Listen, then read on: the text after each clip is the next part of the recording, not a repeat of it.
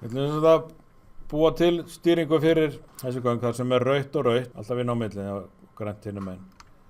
Þannig að göngin geti tæmst áður en kemur grænt til að hleypa bílum í gegn. Við erum búin að gera þessa stýringu hérna áður sem segulagstýringu og við sjáum að þar eru 4 tímaliðar sem náttúrulega bara þýðir það að þessi stýring hérna búin til með tímaliðum væri svona cirka 4 sinnum dýrari heldur en að gera þetta með logo 12 að það hjálpar okkur aðeins á stað með hönnunin að vita að við erum sennilega að fara að nota 4 tímaliða en við vitum að við erum með 4 output, þetta eru 4 perur og ég hef búin að skella upp hérna byrjuninni og það er ágætt að vita svona okkur veginn hvað maður er að fara að nota þetta. Ef við ætlum að byrja bara á byrjuninni og gera þetta bara eins og svona með sömu pælingu og við tókum þetta sem segulagstýringu að þá verður það fyrsti tímaliðin sem að slekkur rauðljósið hérna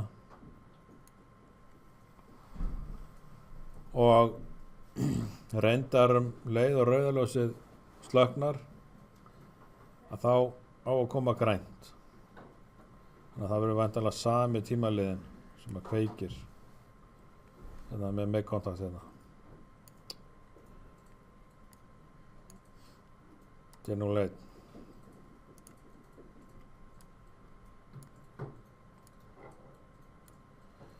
Við skulum bara prófa þetta.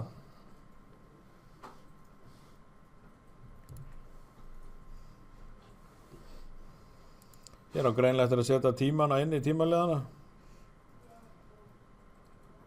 og skulum bara hafa svona 4 sekúndur, það er þægilegt tími þegar maður er að prófa. Ef þessi 4, skulum bara byrja á að setja 4, 8, 12 og 16 hérna, bara til að byrja eitthvað staðar.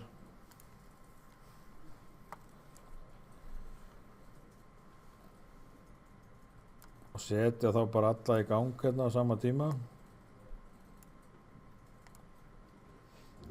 Leiða kveikt á stýringunni. Þetta breytist hérna á eftir, það kemur smá hérna í þetta. Ég seti í gang hérna og eftir 4 sekúndur þá skiptast ljósin.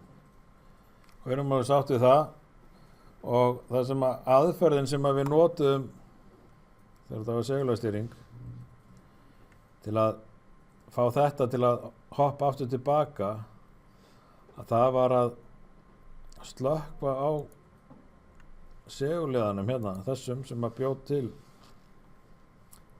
skiptinguna. Við getum notað svona hugmyndalega sömu aðferð nema logostýringin er henni pínu einfaldari. Ef við slökkum á T1 sem er tímaliðin sem bjóð til þetta þá ætti þetta hrökkva tilbaka. Það ekki. Þannig að ef við látum tímaliða nr. 2 slökkva á tímaliða nr. 1 þá finnst okkur að þetta nú hrökkva tilbaka, það ekki. Setjum breakkontakt hérna sem að heitir tímaliði 2.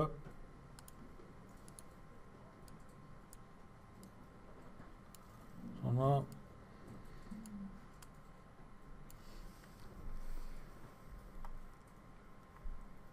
Og ég var búinn að setja tíma á honum hérna í 8 sekúndur. Prófum þetta bara.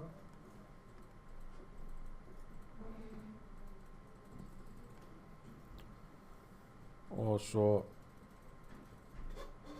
hrekkur það tilbaka. Það er aftur komið rautt hérna. Þetta er bara eins og við vildum hafa þetta. Og núna er verið að taka tíman eitthvað staðar hvenar sko þessi bjóð til skiptinguna eða sem sagt hvenar þetta aftur og við þurfum að taka tíma núna hversu lengi það svona rautt aftur og svo kemur skipting. Það ekki frekar líklegt að þetta sé bara eitthvað svona eins. Og sé nú 3 þá.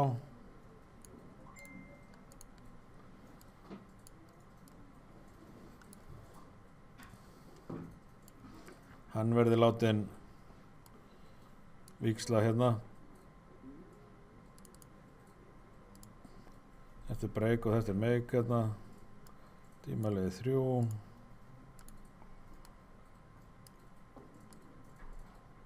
Við skulum bara prófa þetta.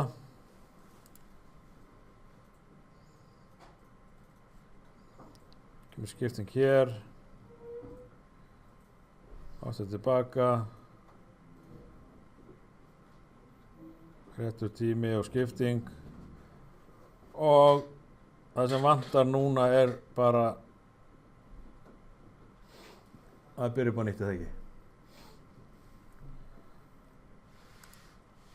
Það er bara þessi eftir. Tímaliður númer 4. Ég vil láta hann endurstilla bara alla tímaliðana, eða ekki?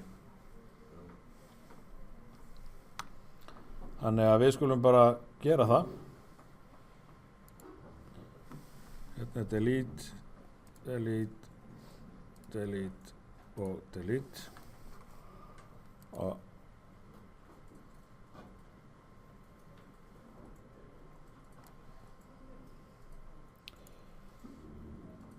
tímaliði 4. Núna getum við aðeins flýtt fyrir okkur. Við getum gert svona hérna og copy og paste og kemur hann hérna með réttu nafni og það lett.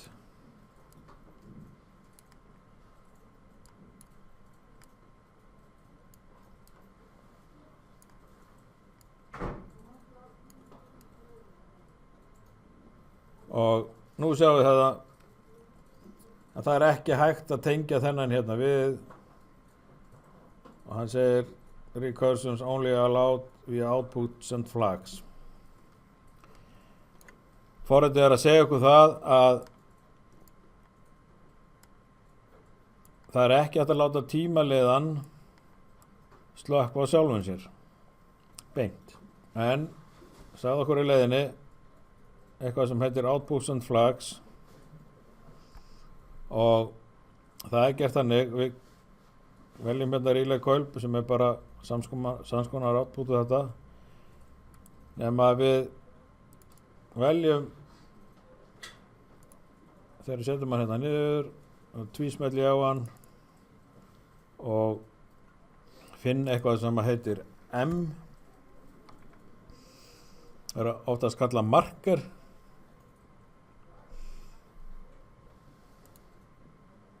Og það bara M1.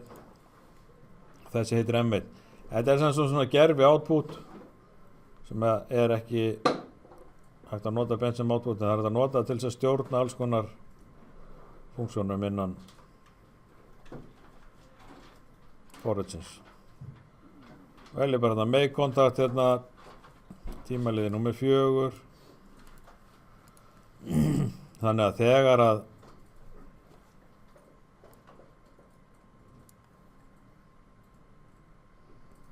tíminn er liðinn á tímaliðan númer 4 þá kveikir hann á M1. Nú ætlum ég að breyta þessum öllum hérna það þarf reyndar ekki að breyta þessum hérna, en ég ætla bara að gera það samt. Það þarf allavega að breyta þessum hérna í M1. En við tökum hann bara alla hérna.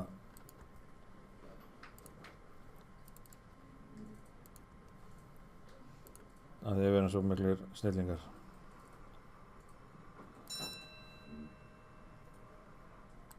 Svona.